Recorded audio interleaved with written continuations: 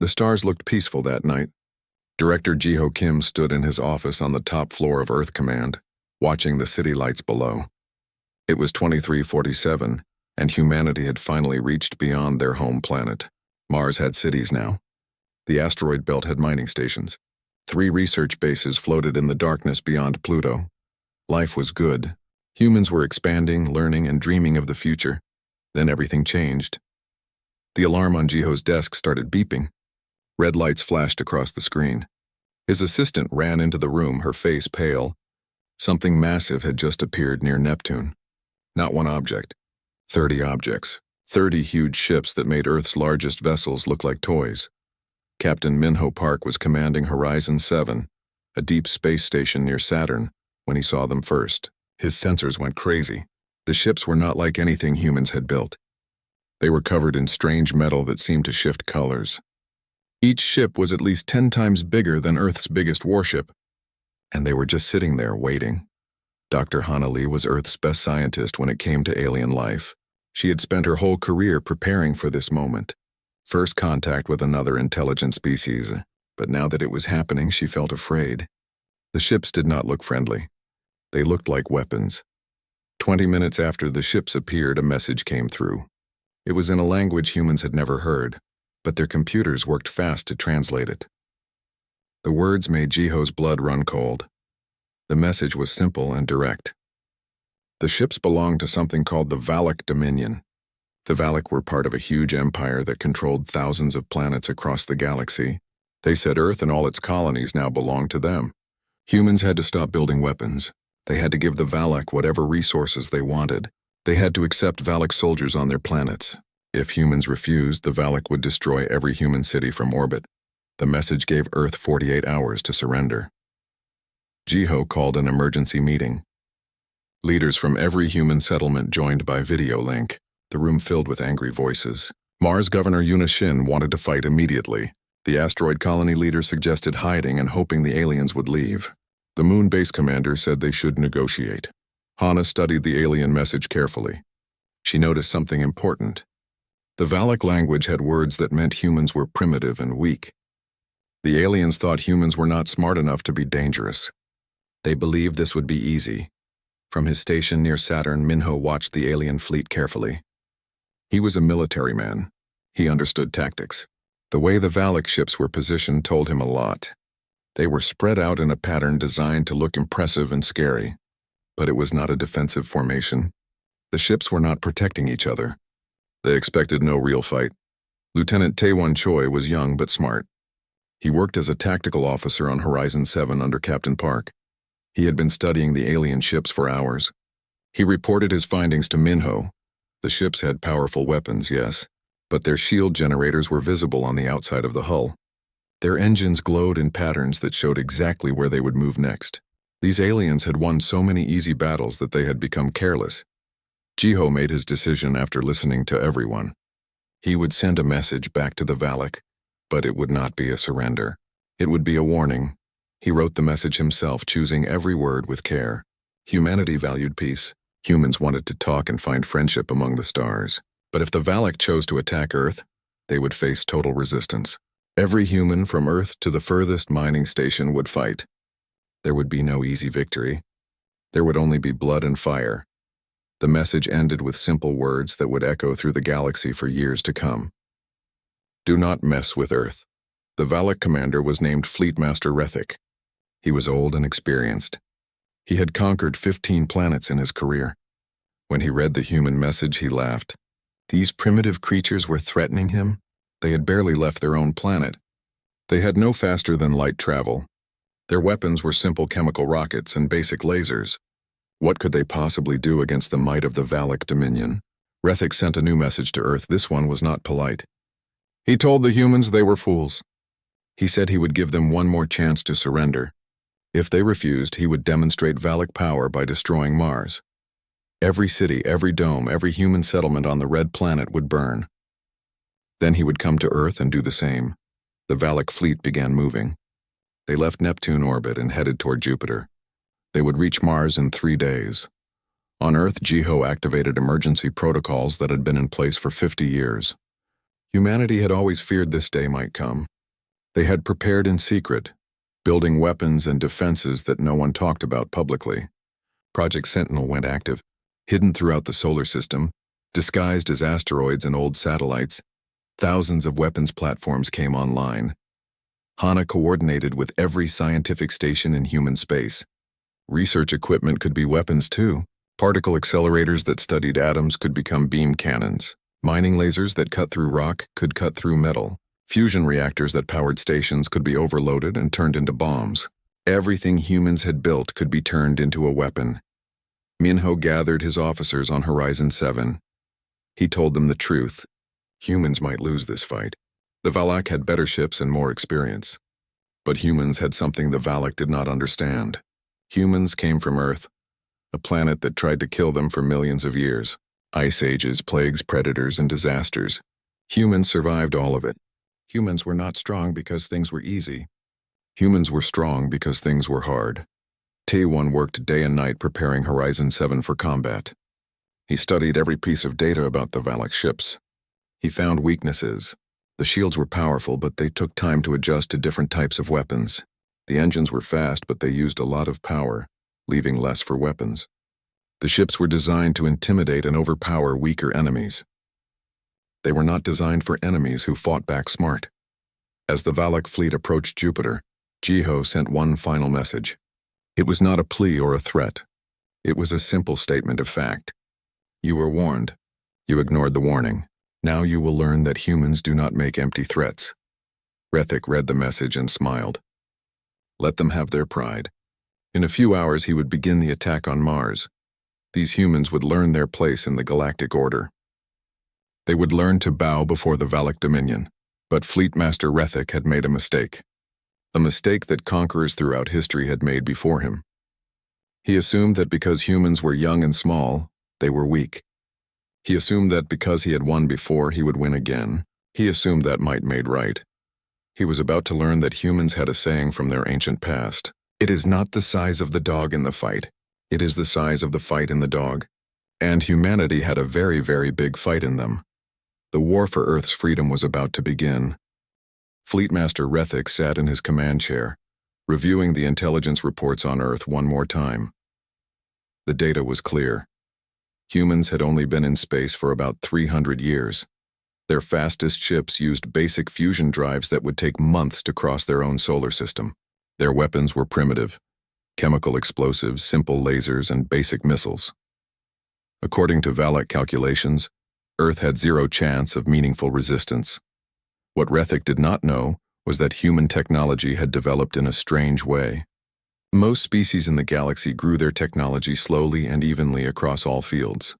Humans were different. They would focus all their energy on one thing, perfect it completely, and then move to the next thing. Sometimes this left gaps. Their ships were slow, yes, but their computers were incredibly advanced. Their material science was better than species twice as old. And their weapons? Humans never stopped improving their weapons. On Earth, Director Jiho Kim stood in a secret facility buried 3 miles under the mountains of Korea. This place did not exist on any public map. Most humans did not know it was here. It was called Project Sentinel, and it had been running for 50 years. The project began after humans first detected radio signals from deep space. Scientists realized they were not alone in the universe. Some people celebrated, but military leaders like Jiho understood the danger. If there were aliens out there, some of them might be hostile. Earth needed protection, secret protection. Over 5 decades, Sentinel built weapons and defenses throughout the solar system. They disguised them carefully. Old satellites that still floated in orbit. Some of them were actually weapons platforms. Asteroids in the belt that looked natural. Some had missile batteries hidden inside. Ancient space debris that everyone ignored. Some pieces were actually automated defense drones waiting for activation. The crown jewel of Sentinel was the quantum communication network. Most aliens used radio or laser communication, which traveled at light speed. That meant messages took time to cross space. A signal from Earth to Jupiter took 40 minutes. In a battle, that delay was deadly. But human scientists had cracked quantum entanglement. Their communication was instant across any distance. Human forces could coordinate in real time, while enemies were still waiting for messages to arrive. Dr. Hana Lee worked with scientific stations across human space, turning research tools into weapons. The particle accelerator on Europa that studied subatomic physics, it could now fire beams that would slice through ship armor. The mining lasers on Ceres designed to cut asteroids. They had been modified with military targeting systems, the fusion reactors on Mars that powered the cities. Engineers had installed override codes that could make them explode with the force of nuclear bombs if enemies tried to occupy the planet. Nothing would go to waste. Every human tool, every machine, every piece of equipment became part of the defense plan. Cargo ships that normally carried supplies could ram enemy vessels at high speed. Communication satellites could blind enemy sensors with electromagnetic pulses. Even the simple spacewalking suits that astronauts wore had been modified to carry small explosives for sabotage missions. Captain Min-ho Park gathered his crew on Horizon 7 for a briefing. The station was nominally a research facility, but Park and his team were all military veterans. They knew what was coming. Min-ho explained the situation clearly. The Valak were stronger in direct combat. Their ships were faster and better armed. If humans tried to fight the traditional way, fleet against fleet, they would lose quickly. So humans would not fight that way. They would use every advantage they had. Superior coordination through quantum communication, hidden weapons in unexpected places, willingness to sacrifice equipment and infrastructure for tactical gains. And most importantly, unpredictability.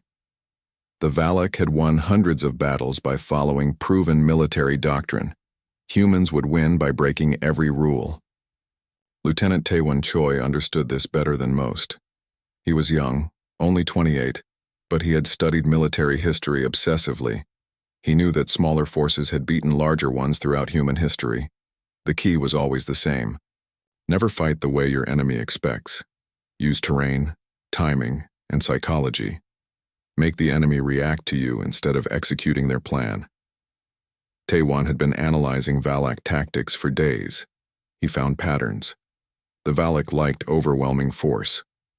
They would concentrate their ships and blast through defenses with raw power. They expected enemies to mass their forces for a climactic battle. That meant the Valak were vulnerable to guerrilla tactics, hit-and-run attacks, and distributed defense networks. Taewon wrote a tactical manual overnight and distributed it to every human commander. Fight smart, not hard. Min-ho also understood something crucial about human psychology. Humans were survivors. Every person alive today was descended from ancestors who survived disasters that killed millions. Ice ages that lasted thousands of years. Plagues that wiped out half the population. Wars that destroyed entire civilizations. The human genetic memory carried one lesson above all others. When things get bad, you keep fighting. You adapt. You find a way. He shared this with his crew. They came from Earth, a planet that was actively hostile to life for most of its history. Extreme temperatures, dangerous predators, diseases, natural disasters. Humans survived not because they were the strongest or fastest. They survived because they were clever, adaptable, and incredibly stubborn. They took enemy weapons and learned to use them. They studied their opponents and found weaknesses. They never, ever gave up. As the Valak fleet approached Jupiter now, only 12 hours from Mars, Jiho made his final preparations. He contacted every human settlement in the solar system. He explained that surrender was not an option. The Valak would not treat humans as equals. They would exploit Earth's resources and treat humans as slaves. That was unacceptable. Better to fight and lose than to submit and lose everything that made humans free. Governor Yuna Shin on Mars evacuated civilians to underground shelters built deep in the Martian crust. The shelters could support the population for months if necessary. Surface defenses came online. Railguns that could fire metal slugs at incredible speeds. Missile batteries with quantum-coordinated targeting. Energy weapons powered by the planet's fusion reactors. Mars would not fall easily. On Earth's moon, automated factories that normally built ships and equipment switched to war production. They began manufacturing thousands of simple drones. Each drone was basically a small rocket with a camera and explosives. Alone, one drone was not dangerous, but thousands of drones acting together under quantum coordination could swarm enemy ships like angry bees, overwhelming defenses through sheer numbers. The asteroid belt militias activated their hidden caches. Miners who had trained in secret for decades put on military gear. Their civilian mining ships, built to withstand asteroid impacts, became makeshift warships. They knew the belt better than any outsider could. They could hide among millions of rocks and strike from unexpected angles. Every approach to the inner solar system would cost the Valak time and ships. Jiho sent one more message to Fleet Master Rethik. It was not a plea or a threat. It was simply information. Humans had prepared for this day. They had built defenses, they had weapons, they would fight. The message included just enough details to worry the Valak commander. Quantum communication networks, hidden weapons platforms, coordinated defense grids, and one more thing. Humanity's greatest weapon was not technology. It was will. The absolute refusal to accept defeat. Rethik read the message with growing unease. His sensors were now picking up power signatures all over the solar system. Things that should have been inactive were coming online. His tactical officer reported that there were far more human assets than their intelligence suggested. But it was too late to stop now. The Valak Dominion did not retreat from primitives. He ordered his fleet to battle formation and set course for Mars at maximum speed. As the Valak ships accelerated toward their target, Hana sat in Earth Command watching the displays. She felt afraid but also proud. Humans had come so far in such a short time, from tribes hiding in caves to a species that spanned the solar system. They had always been outnumbered and outmatched by nature itself. But they learned, adapted, and survived. Now they faced their biggest challenge yet, an empire that ruled thousands of worlds. But Hana believed in her species. Humans had one advantage that no amount of technology could match: creativity. The Valak would fight by their established rules. Humans would improvise, innovate, and try things that had never been done before. The Valak expected a conventional battle. They were about to get a lesson in human warfare. The countdown reached 0. The Battle of Mars was about to begin.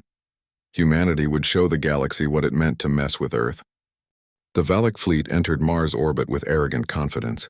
30 massive warships arranged themselves in attack formation above the red planet. Fleet Master Rethik gave the order to begin bombardment. His weapons officer armed the plasma cannons. They would destroy the major cities first, then demand surrender from the survivors. It was a strategy that had worked on dozens of worlds. The first plasma bolt never reached the surface. It exploded in space, intercepted by something moving impossibly fast. Then another explosion. And another. The Valak sensors went wild, trying to track what was attacking them. The tactical officer shouted in confusion. There were weapons platforms appearing everywhere, hidden among orbital debris, disguised as old satellites concealed inside what looked like mining asteroids. Hundreds of them. The human weapons were crude compared to Valak technology, but they were effective. Kinetic missiles accelerated to 15% of light speed. At that velocity, the missiles did not need explosives.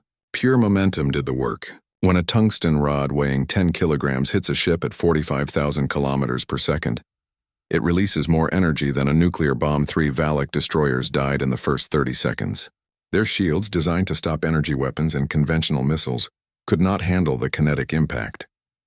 The rods punched through the shields like they were paper, tore through the ship hulls, and exited the other side. The ship simply came apart, ripped into pieces by the devastating momentum transfer. Rethik could not understand what was happening. His intelligence said Mars had minimal defenses. Where did all these weapons come from? How did the humans hide them? He ordered his ships to spread out and identify threat sources. That was his second mistake. Spreading out made his fleet easier to pick off individually. From Horizon 7, Captain Minho Park coordinated the defense with precise efficiency. His command screen showed every human asset in the solar system. Every weapon, every ship, every platform. They were all connected through the quantum network, receiving targeting data and tactical updates instantly. The Valak were still using radio communication with light speed delay. That gave humans a critical advantage. Humans could react to changing situations in real time, while the Valak were always several minutes behind. Lieutenant Taewon Choi managed the targeting systems from his station. He fed data to every human weapons platform, prioritizing targets and coordinating firing solutions. The quantum network meant that a missile launched from Earth's moon could receive course corrections from observers near Jupiter with zero delay. Human weapons could change trajectory mid-flight based on enemy movements. The Valak had never fought an enemy with that capability on Mars' surface. Governor Yuna Shin watched the battle from deep underground command center. The orbital defenses were holding, but she knew the surface installations would have to join the fight soon. She gave the order. Railguns built into the Martian mountains opened fire. They launched solid metal slugs using electromagnetic acceleration. The slugs were too small for Valak point defense systems to track effectively, but they hit with tremendous force. The Valak formation began to break apart as captains tried to avoid the incoming fire from multiple directions. That was exactly what Minho wanted. Isolated ships were vulnerable ships. He ordered the next phase of the attack. Cargo haulers and mining vessels that had been waiting in hiding began their runs. These ships were old, built for hauling ore and supplies. They were tough but slow. Normally they would be useless in combat, but humans had loaded them with special cargo. Each ship carried a fusion reactor set to overload. The pilots were volunteers who understood this was a one-way trip. They pointed their ships at Valak cruisers and engaged maximum thrust. The Valak point defense systems tried to stop the cargo ships, but there were too many coming from too many angles. 5 ships got through. 5 massive explosions as the fusion reactors went critical on impact. Each explosion destroyed or crippled a Valak warship. The humans had just traded 5 old cargo ships for 5 military vessels worth billions. It was a bargain humanity would make every time. Rethik realized with horror that the humans were fighting without rules. They were using civilian ships as weapons. They were turning industrial equipment into military assets. They were willing to sacrifice anything for tactical advantage. This was not how civilized species fought wars. This was barbaric.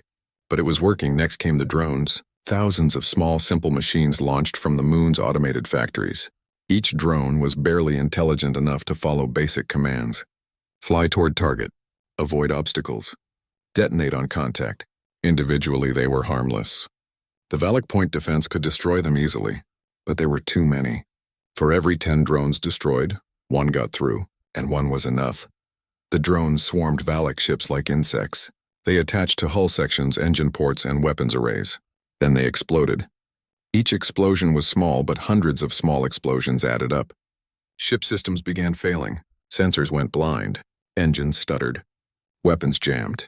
The mighty Valak warships were being destroyed by what amounted to flying bombs made in a factory designed to build refrigerators.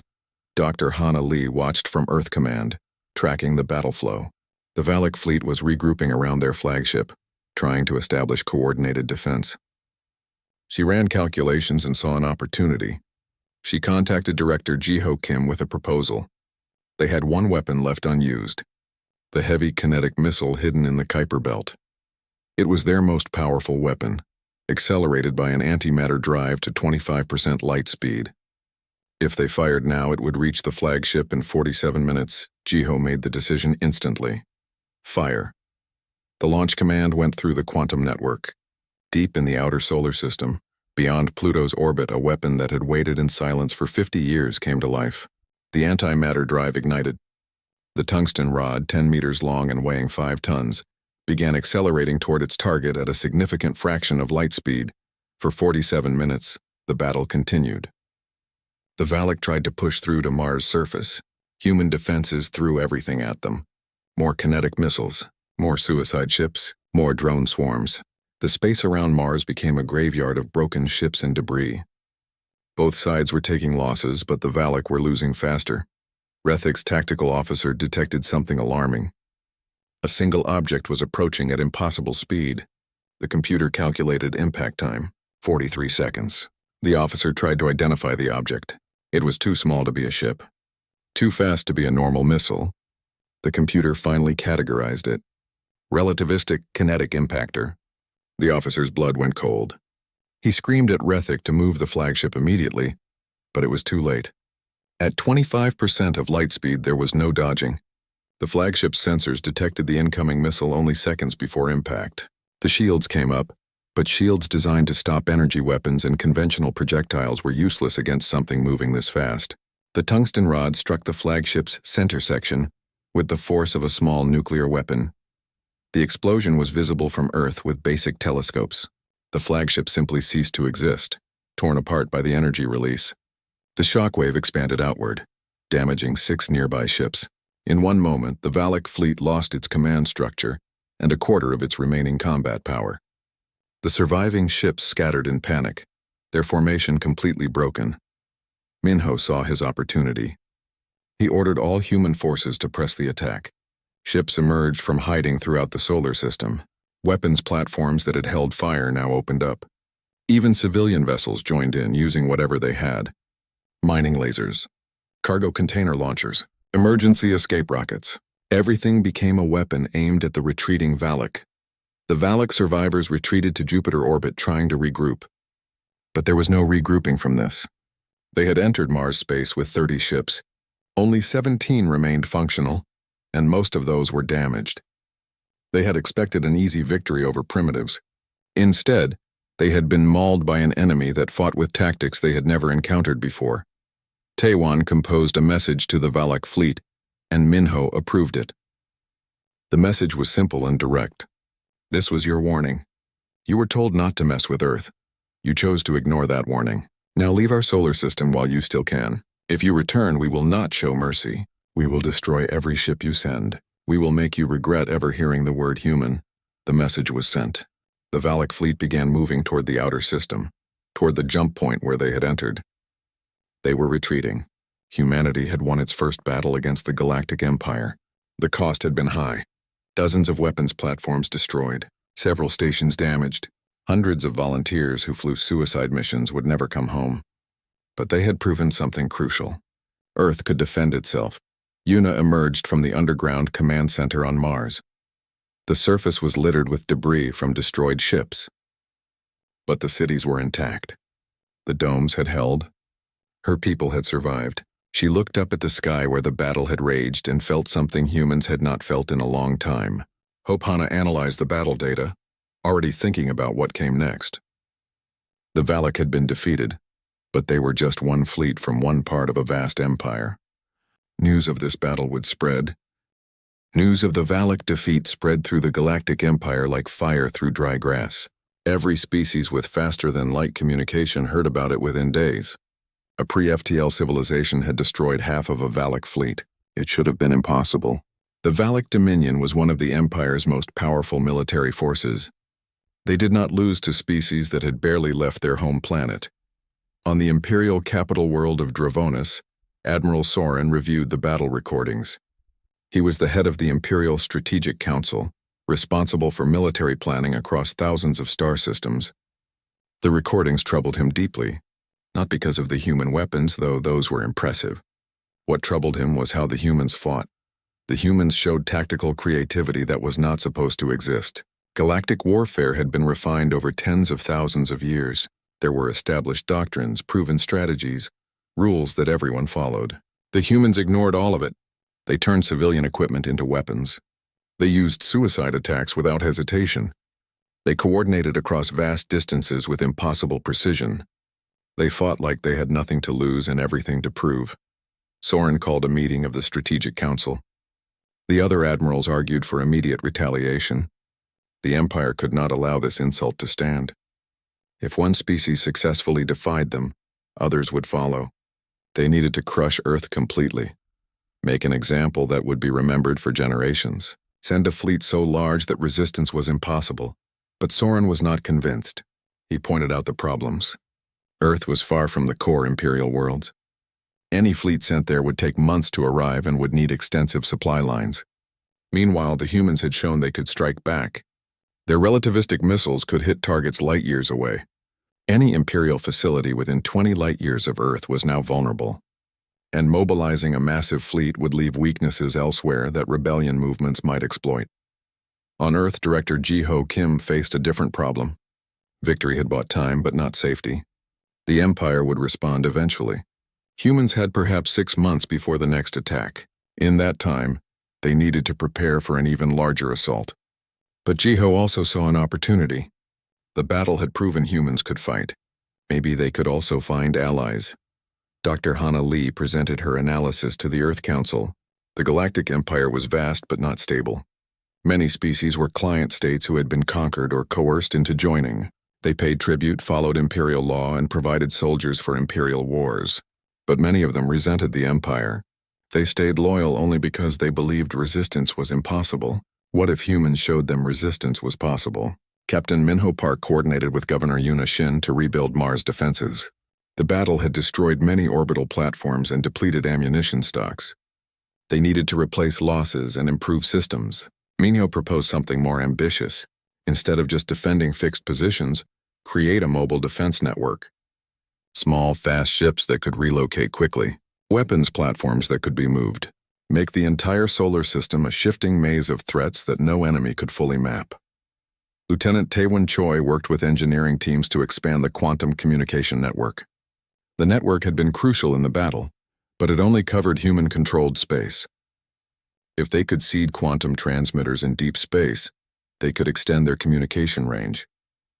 That would give them early warning of incoming threats and allow coordination over interstellar distances. 3 weeks after the battle, something unexpected happened. A message arrived from an unknown source. It was encrypted using mathematics that humans understood but had never seen applied this way. The encryption was sophisticated, suggesting the sender was technologically advanced. But the fact that they used a code humans could break suggested they wanted to be understood. Hana and her team worked for 2 days to decode the message. When they finally cracked it, the contents were surprising. The sender identified themselves as a representative of the Viran Federation. Hana had never heard of them, but research revealed interesting facts. The Viran were a loose alliance of species on the edges of imperial space. They were not powerful enough to oppose the Empire directly, but they maintained independence through diplomacy and strategic positioning. The Viran message was direct. They had been watching humanity's conflict with the Empire. They were impressed. Few species had the courage to fight back against imperial aggression. The Viran wanted to offer assistance. Not military help yet, but something more valuable: information. They had been watching the Empire for centuries. They knew its weaknesses, its internal politics, and its military movements. The message included a warning.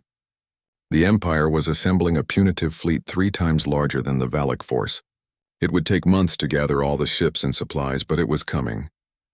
However, the Viran could help. They had contacts within the imperial bureaucracy. They could create delays through diplomatic channels and logistical complications. They could buy Earth another few months of preparation time. Jiho called an emergency meeting. This was a critical decision. Accepting Viran help meant entering galactic politics. It meant making allies, which also meant making enemies. The Empire would view any species that helped Earth as a threat. On the other hand, fighting alone against an empire that spanned thousands of worlds was probably suicide. Humanity needed friends. The debate in the Earth Council was intense. Some argued that humans should stay isolated and focus on defense. Others said this was an opportunity to build a coalition of species who shared humanity's values. Mio pointed out a military reality. Even with perfect defenses, Earth could not hold out forever against unlimited imperial resources. They needed to change the strategic calculation, make conquering Earth too expensive to be worth it. Yuna made an important point. Humanity's history showed that isolation eventually failed. Every civilization that tried to stand alone against larger enemies was eventually overwhelmed.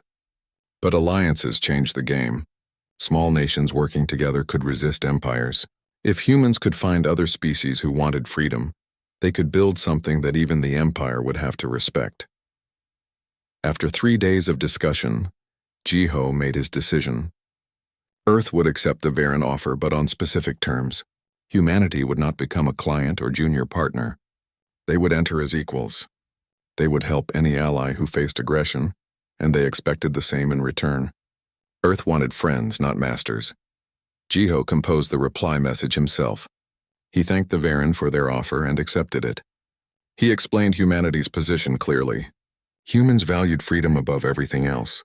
They had fought against the Empire because they refused to be slaves. They would stand with any species who shared that value. If the Varen wanted alliance, humans offered partnership, share intelligence, coordinate strategy, support each other against threats. Together, they could show the galaxy that the Empire's age of easy conquest was over. The message ended with a statement that would become famous throughout the galaxy. Tell us where the Empire is vulnerable, and we will show you what humans do to bullies. We do not start fights, but we finish them. Jiho sent the message through open channels, ensuring the Empire would intercept it. That was intentional. He wanted the Empire to know humans were not hiding. Earth was openly forming alliances, openly preparing for war, and openly challenging Imperial authority. The message was psychological warfare. It said humans were not afraid. The Varen response came quickly. They accepted Earth's terms and began transmitting intelligence data, fleet movements, supply routes, political tensions within the Empire, locations of key facilities. The information was extensive and detailed. Hana organized teams to analyze everything, looking for opportunities and vulnerabilities. What emerged from the analysis was revealing. The Galactic Empire was powerful but fragile. It controlled thousands of worlds through fear and military superiority. But maintaining that control required constant attention. Rebellion movements existed on dozens of worlds, suppressed but not eliminated. Client species provided resources and soldiers reluctantly, always watching for weakness. The Empire was a structure built on intimidation. Once that intimidation failed, the structure could crumble quickly. Taewon studied the intelligence data with particular interest. He identified several high-value targets, shipyards where Imperial vessels were built, supply depots that supported frontier fleets, communication hubs that coordinated Imperial operations. If humans could strike these targets, they could disrupt Imperial logistics and force the Empire to divert resources from offensive operations to defensive ones. Minho agreed with the strategy. Humanity's greatest weakness was lack of faster-than-light travel. They could not move fleets between star systems quickly, but that weakness could become a strength. They did not need fleets. They had relativistic missiles that could cross light years and strike with devastating force. The missiles took weeks or months to reach their targets, but they were virtually impossible to intercept or defend against. Jiho authorized a limited offensive. Pick 3 targets far from Earth, strike them hard, and prove humanity could threaten Imperial assets anywhere. The goal was not territorial gain. The goal was psychological impact. The Viren intelligence data proved incredibly valuable. Dr. Hana Lee and her analysis team spent weeks studying Imperial logistics, fleet movements, and facility locations. They built a comprehensive picture of how the Empire functioned. The Empire was massive, but that size created vulnerabilities. Supply chains stretched across hundreds of light years. Communication networks connected thousands of worlds. And key facilities operated with minimal security because the Empire had never faced attacks deep in their territory. Hana identified the perfect first target. Keltor Station was an Imperial shipyard located 18 light-years from Earth. It built warships for the Empire's frontier forces, producing about 20 capital ships per year. The facility was huge, employing tens of thousands of workers. But its defenses were light. The Empire never imagined anyone would attack a shipyard so far from any conflict zone. Captain Minho Park reviewed the targeting data. Keltor Station was a perfect choice for multiple reasons. Destroying it would eliminate a significant portion of Imperial ship production. The psychological impact would be enormous, proving humans could strike anywhere. And the distance meant the Empire would struggle to figure out how the attack was launched.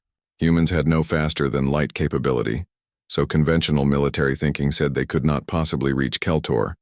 But humans did not need FTL. They had relativistic missiles and patience. The plan was simple.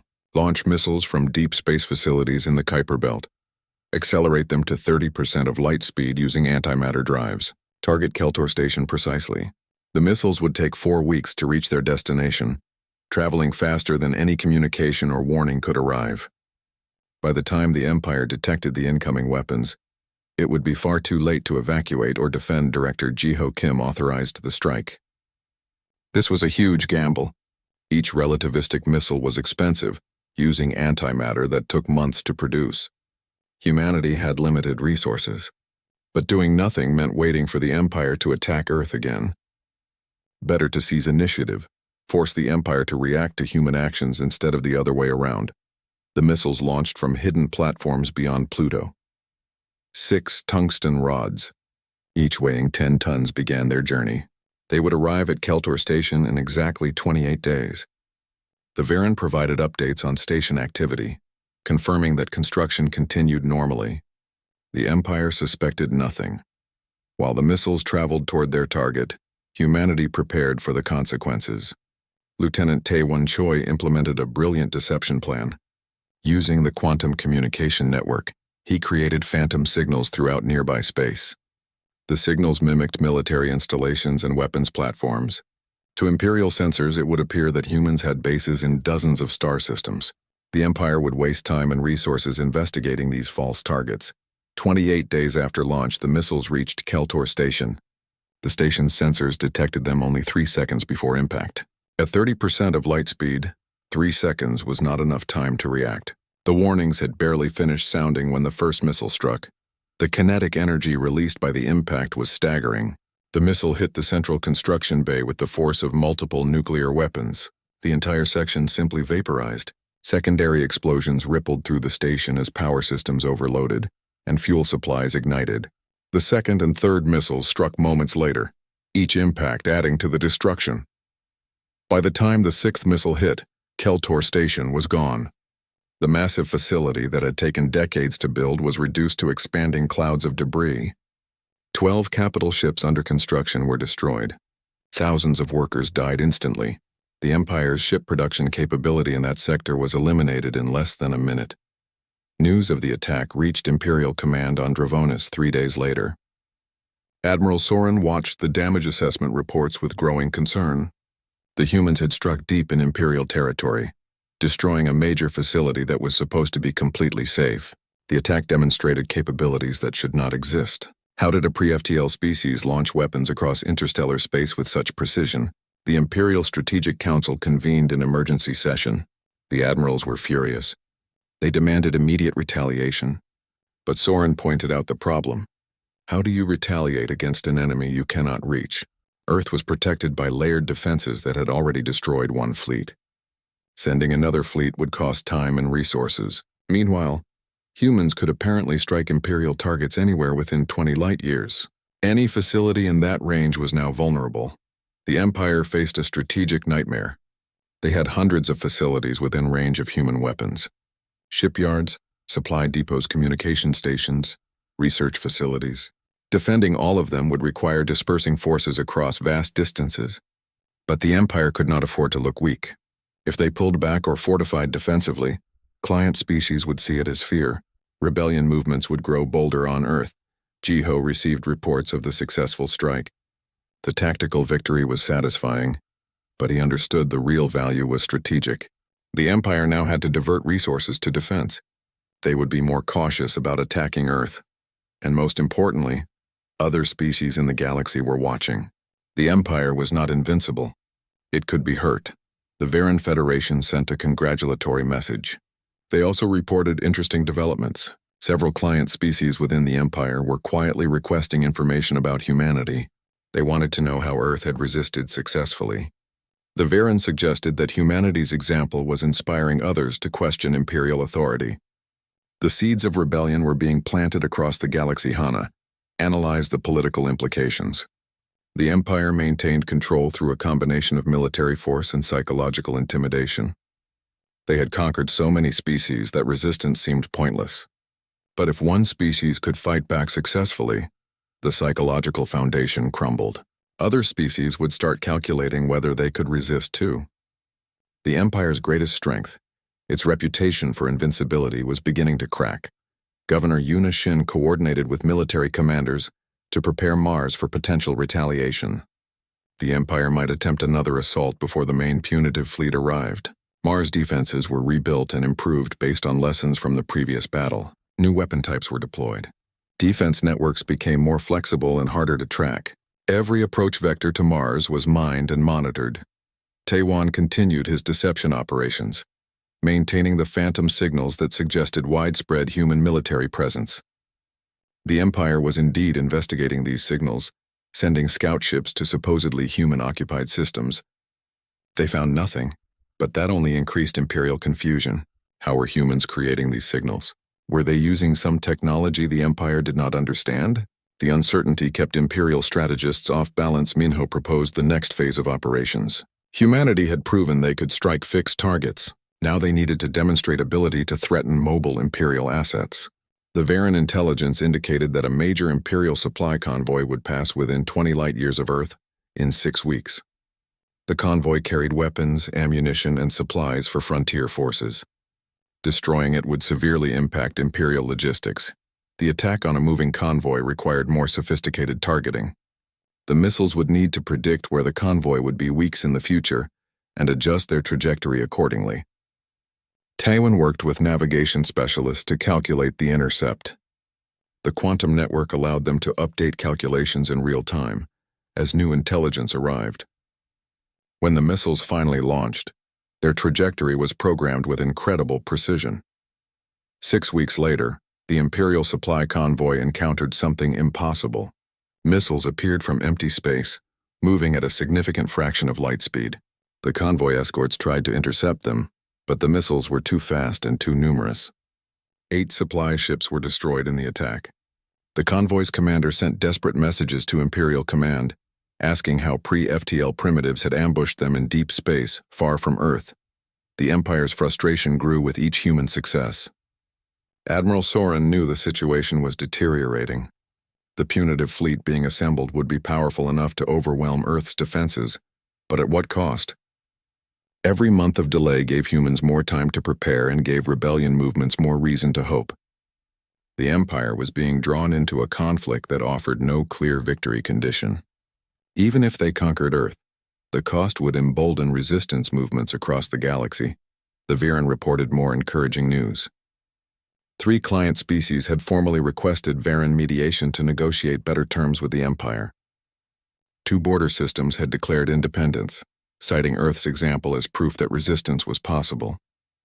The Empire was scrambling to suppress these rebellions while simultaneously preparing to attack Earth.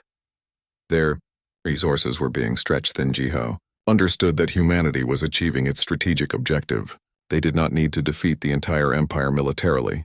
They just needed to make conquering Earth too expensive to be worth the effort. Every successful strike, every delayed Imperial operation, every inspired rebellion movement changed the calculation.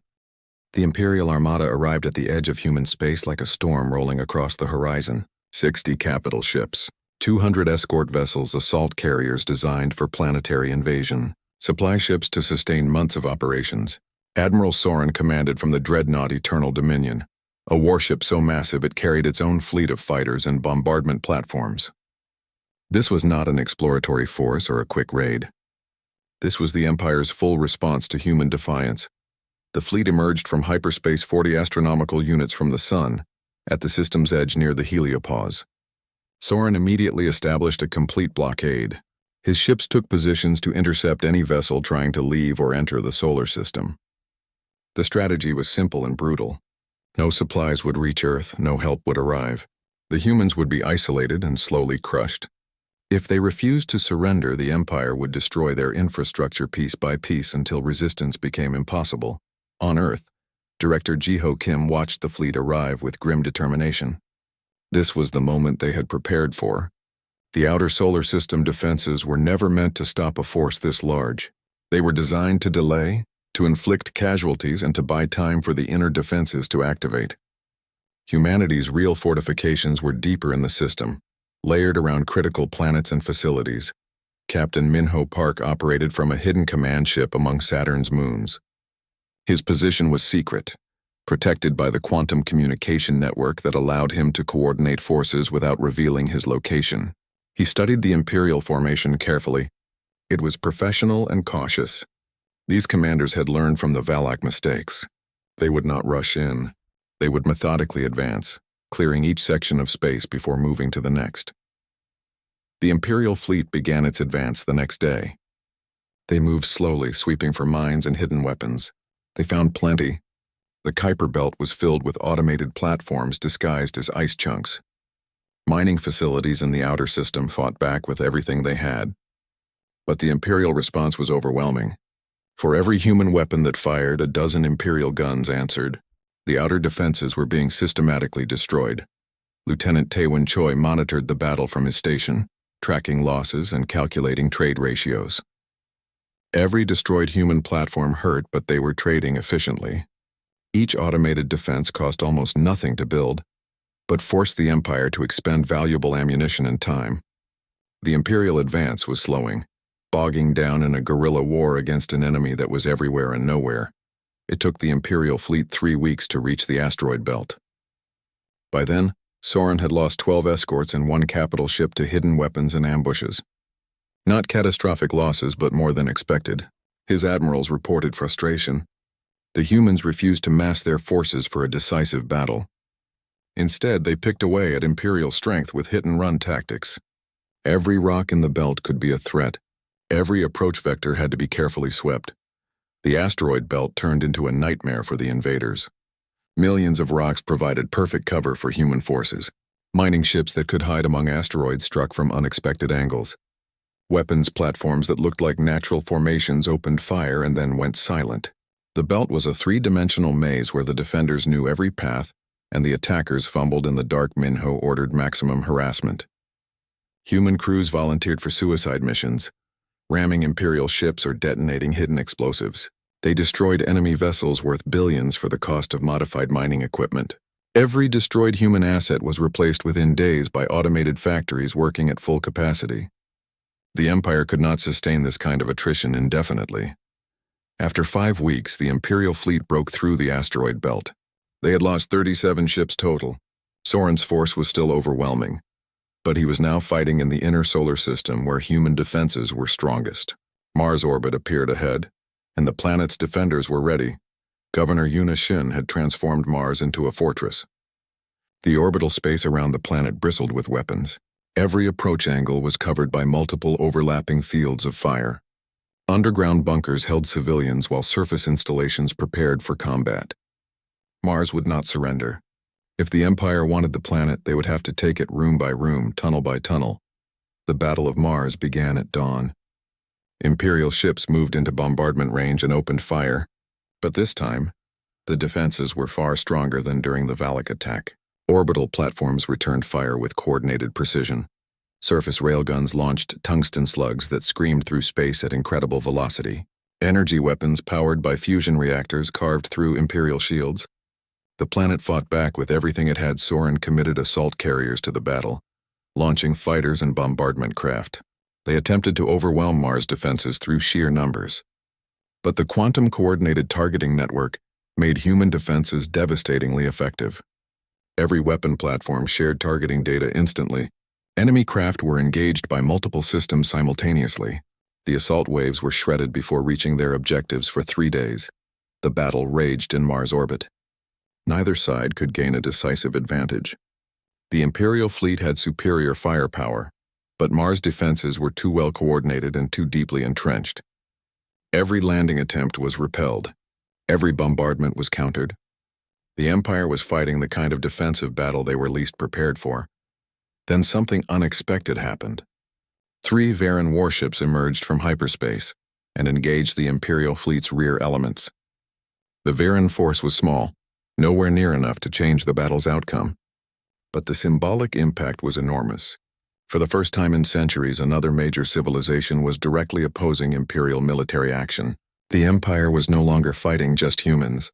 They were fighting an alliance. Soren diverted ships to deal with the Varan incursion. That created temporary gaps in his formation around Mars. Minho saw the opportunity immediately and exploited it ruthlessly. Hidden ships emerged from concealment and struck isolated Imperial vessels. The quantum network coordinated attacks with perfect timing. 5 Imperial ships were destroyed in the span of 20 minutes. Before Soren could reorganize his formation, Dr. Hana Lee watched the battle unfold from Earth Command, analyzing patterns and calculating probabilities. The mathematics were harsh. Humanity was trading irreplaceable infrastructure for time and Imperial casualties. Mars could hold for perhaps another month. Earth's defenses were even stronger, but they too would eventually be overwhelmed by sheer numbers. The Empire had the resources to win through attrition. Humans needed a different kind of victory. 3 weeks into the siege, Jiho made a critical decision. He ordered a general offensive across the entire solar system. Every human asset still capable of fighting would attack simultaneously. Cargo ships rammed Imperial cruisers, automated platforms fired until their reactors melted, suicide drones by the tens of thousands swarmed enemy positions. It was not sustainable, but it did not need to be. It needed to convince the Empire that conquering humans was impossible. The coordinated assault achieved something the Empire had not expected. It broke their morale. Imperial captains began questioning orders. Why were they dying in such numbers to conquer one stubborn species? The cost was becoming unbearable. Every day brought more casualties, more damaged ships, more resources consumed. And the humans showed no sign of breaking. They fought harder as the battle continued. Not weaker Soren received reports from his commanders with growing concern. The fleet had lost 40% of its strength. Mars remained unconquered. Earth's defenses were still intact. The Varan intervention had inspired rebellion movements on a dozen Imperial worlds. Supply lines were being attacked by insurgents. The strategic situation was deteriorating rapidly. He made the decision that military history would later identify as the turning point. Soren ordered a general withdrawal to Jupiter orbit. The fleet would maintain the blockade, but the invasion was suspended pending new orders from Imperial command. He sent a classified report to the Strategic Council explaining his reasoning. Earth could be contained and isolated, but actually conquering it would require resources the Empire could not afford to commit, without risking collapse elsewhere. When the Imperial fleet pulled back to Jupiter, humanity celebrated a victory that was more psychological than military. They had not defeated the Empire's fleet in open battle, but they had convinced the Empire that taking Earth was not worth the cost. In the brutal mathematics of war, that was enough. Una emerged from Mars' underground command center and looked at the scarred landscape. The planet had paid a terrible price. Orbital facilities destroyed, surface installations reduced to ruins, thousands dead in the defense. But the cities survived. The people survived. Mars remained free. And across the galaxy, species under Imperial control were watching and learning. Resistance was possible. The Empire could be fought. Taiwan compiled the final battle statistics. Humanity had lost hundreds of facilities and thousands of lives, but the Empire had lost a third of its assembled fleet. More importantly, they had lost something intangible but invaluable. They had lost the aura of invincibility that sustained their rule. 6 months after the battle, the stalemate continued. The Imperial fleet remained at Jupiter, maintaining their blockade but launching no new attacks. Earth rebuilt its defenses and kept constant watch. Neither side wanted to restart the fighting, but neither side was willing to surrender. The galaxy watched and waited to see what would happen next. Then something unexpected arrived, an official communication from Imperial Command on Dravonis. Not a surrender demand or an ultimatum. It was a proposal for negotiation. The Empire was willing to discuss terms. Director Jiho Kim read the message 3 times, carefully analyzing every word. This was unprecedented. The Galactic Empire did not negotiate with pre-FTL civilizations, but humans had forced them to recognize a new reality. The message proposed a meeting on neutral ground. The Varan Federation offered to host negotiations aboard one of their stations near Jupiter. Both sides would send delegations. The goal was to find a resolution that avoided further bloodshed. Jiho discussed the proposal with Earth's leadership. Some argued it was a trap. Others said it was an opportunity. After days of debate, they decided to accept. Humanity had nothing to lose by talking. Jiho led the human delegation, accompanied by Captain Minho Park and Dr. Hana Lee. Admiral Soren represented the Empire, along with diplomatic staff from Imperial Command. The first meeting was tense. Both sides watched each other carefully, looking for signs of weakness or deception. But slowly, conversation began. The Empire's position was clear. They could not formally recognize Earth as an equal. That would set a precedent that would destroy Imperial authority across thousands of worlds. But they also acknowledged that conquering Earth would cost more than they could afford. They proposed a compromise. Earth would become a special protectorate, technically under Imperial oversight, but with full autonomy over internal affairs and the right to maintain military forces. Jiho understood the game being played. The Empire needed to save face. They needed some way to claim Earth had not defeated them. But the practical reality would be that humans controlled their own destiny. He negotiated carefully, winning concessions on every point. Earth would pay no tribute, accept no Imperial governors, face no restrictions on technology or expansion. The protectorate status was purely symbolic. After 6 weeks of negotiation, they reached an agreement. The Treaty of Jupiter established Earth as an independent protectorate with special status. Humans would govern themselves, defend themselves, and expand as they wished. The Empire would withdraw its blockade and recognize human sovereignty over the solar system. In exchange, Earth would not actively support rebellion movements within the Empire. It was a compromise both sides could accept. The treaty signing was broadcast across the galaxy. Humans celebrated their victory. The Empire presented it as a reasonable settlement with a worthy opponent. But everyone understood the real meaning. Earth had forced the mighty Galactic Empire to negotiate. A pre-FTL species had won its freedom through courage and determination. That message resonated across thousands of worlds within months. The consequences became clear. 6 other species within the Empire demanded similar terms. If Earth could negotiate special status, why could they not? Border regions that had been restless became openly rebellious. The Empire found itself fighting small fires everywhere, unable to maintain the absolute control they once enjoyed. The age of easy conquest was over. The Viren Federation celebrated humanity's achievement. They had found a powerful ally who shared their values. Together with Earth, they formalized a new coalition. The Free Systems Alliance was established as a defensive pact. Any member attacked by external aggression would receive support from all others. The alliance started with just 2 members, Earth and the Viren Federation. Within a year, 8 more species joined Lieutenant Taewon Choi, promoted to commander after the war, worked with Viren representatives to integrate military systems. The quantum communication network was extended to include alliance members. Joint defense protocols were established. Technology and knowledge were shared freely. The alliance was not an empire. It was a partnership of equals working together for mutual benefit on Earth. The war had transformed society. The technological advances made under pressure of survival continued at an accelerated pace. Human scientists working with Viren researchers made breakthroughs that had eluded both species separately. 3 years after the treaty, humanity cracked faster than light travel. Earth's first FTL-capable ship launched with Captain Park at the helm. The ship was named Hope. It carried a crew of scientists, diplomats, and explorers. Their mission was to visit other species, establish relationships, and spread humanity's message. Freedom was worth fighting for. Cooperation was stronger than domination. The galaxy was big enough for everyone to thrive without conquest. Park guided Hope through its maiden voyage, visiting 6 systems in 3 months. Everywhere they went, humans found species eager to hear their story. Dr. Hana Lee established the Galactic Relations Institute, dedicated to understanding alien cultures and preventing future conflicts.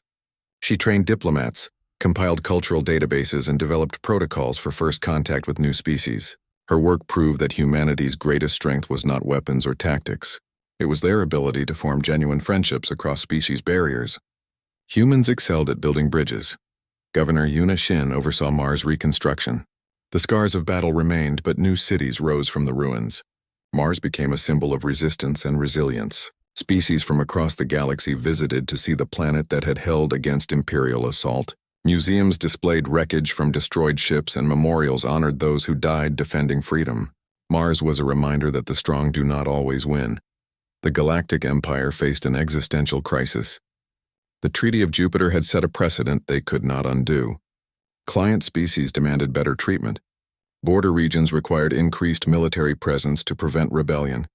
The cost of maintaining control grew every year while the benefits decreased. Some Imperial officials began quietly suggesting reforms. Perhaps empire through cooperation would work better than empire through conquest. Admiral Soren became an unlikely voice for change. He had fought against Earth and learned to respect them. Now serving as Imperial ambassador to the Free Systems Alliance, he worked behind the scenes for reform. He recognized what many Imperial hardliners refused to accept. The galaxy was changing. Species were no longer willing to accept subjugation. The Empire could adapt or decline. There was no third option. 20 years after first contact, Jiho stood before the United Earth Assembly, now elderly but still sharp. He reflected on humanity's journey from isolated civilization to galactic power. Humans had not sought conflict, but when threatened, they refused to submit. They proved that courage, creativity, and determination could overcome overwhelming odds. More importantly, they proved that species could work together as equals. The Free Systems Alliance had grown to 30 member species. Earth was no longer unique in its resistance to imperial domination. The Alliance represented a new model for galactic civilization, not empire, not conquest, but cooperation. Species maintaining their independence while supporting each other against common threats. It was a vision that appealed to countless worlds tired of imperial rule. Humanity established colonies beyond Sol, spreading not through conquest, but through agreement with local species. Joint settlements were built where humans and aliens lived together. Technology was shared freely. Trade flourished. The solar system that once stood alone against an empire became the heart of a new galactic community, built on freedom and mutual respect. A monument was erected in Earth orbit, visible from the surface. It commemorated all who fought in the defense of Sol. The inscription captured humanity's journey in simple words. We asked for peace. We offered friendship. When you brought war, we showed you why threatening humanity is a mistake you make only once. The words were translated into hundreds of languages, read by billions across the galaxy. The monument became a pilgrimage site for species seeking inspiration. They came to see Earth, the small planet that had defied an empire. They came to learn how humans had survived impossible odds, and they came to understand the lesson humanity taught the galaxy. Freedom is not given. It is earned through courage, sacrifice, and unwavering determination. The Galactic Empire still existed, still powerful but no longer supreme. They learned to negotiate rather than conquer. They accepted that some species would choose independence. The old order of absolute imperial control was fading, replaced by a more complex galaxy where multiple powers balanced each other. It was messier but more stable, and it was more just. Jiho ended his address with words that would echo through history. Humanity survived ice ages, plagues, and countless wars before we ever left Earth. We crossed our solar system without faster-than-light travel. We faced down an empire that ruled thousands of stars. We did not win through superior technology or greater numbers. We won because we refused to give up. We won because we valued freedom above survival. And we won because we understood that together, the small can overcome the mighty. The warning humanity gave the Valak fleet on that first day had become galactic truth. Do not mess with Earth. Not because humans were the strong,